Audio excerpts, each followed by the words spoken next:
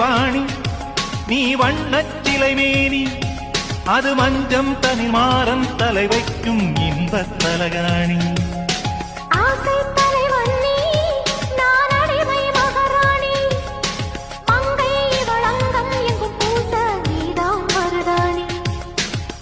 திறக்காத பூக்கள்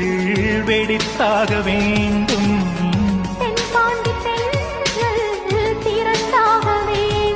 என்ன சம்மதமா இன்னும் தாமதமா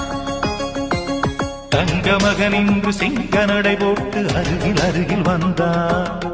கண்டு புறம் பற்றி எரியும் மெழுகாக மங்கையுருகி நின்றார்